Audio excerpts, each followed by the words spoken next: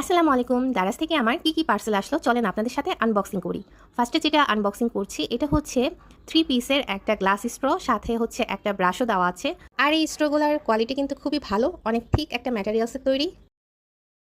আর এখন যেটা দেখাচ্ছি এটা হচ্ছে মোস্ট পপুলার একটা আইটেম, সিরামিক্স স্পুন। আর এটা কিন্তু সামনাসামনি দেখতে অনেক বেশি কিউট, আর সাইজটাও মাশাআল্লাহ অনেক বড়। আর এখন যেটা আপনাদের দেখাচ্ছি এটা হচ্ছে মিনি সাইজের স্টোরেজ বক্স বা অর্গানাইজার বক্স, মাল্টিপারপাস ইউজের জন্য। আর ফার্স্টে যেটা দেখাচ্ছি এটা হচ্ছে খুব সুন্দর একটা লেটার থিমে তৈরি।